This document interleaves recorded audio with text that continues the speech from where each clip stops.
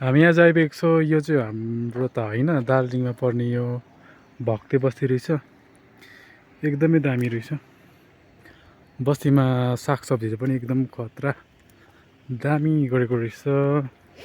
कुहिरोले गर्दा अलिक खास देख्छ छैन, र पनि यहाँ फिजिकली प्रेजेन्टहरू चाहिँ दामी भ्यू रहेछ। हेर्नु आयो भने चाहिँ यो त हामी भक्ते बस्ती कटेर म यो सेकेन्ड भिडियो बनाउँदैछु। अन्त यो बाटो चाहिँ जान्छ अरे आर्य टी स्टेटपट्टि। आर्य टी स्टेट पहिल्यै पनि आएको, तर एकदम कमान बाटो चाहिँ एकदम दामी नै छ घुम्ने लायकको। कुहिरोले त अलिकति छेकिएछ नि त। आज हाम्रो टार्गेट चाहिँ यो तल्लो डाली जाने थियो, तर अलिकति गलेको हिसाबमा चाहिँ चुप लाग न तिमी।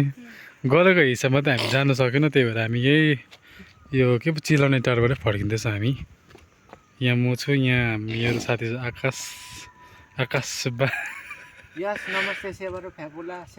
अब यो उकालो चाहिँ हिँडेर हामी आएर टी स्टेट भएर उकालो जाँदैछौँ।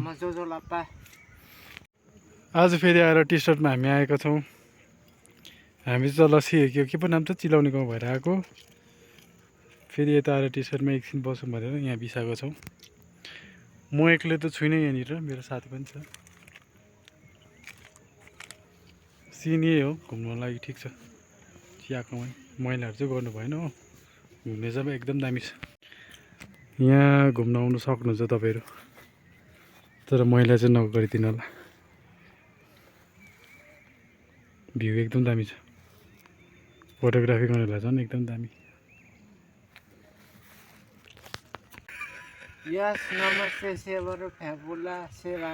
हामी आएर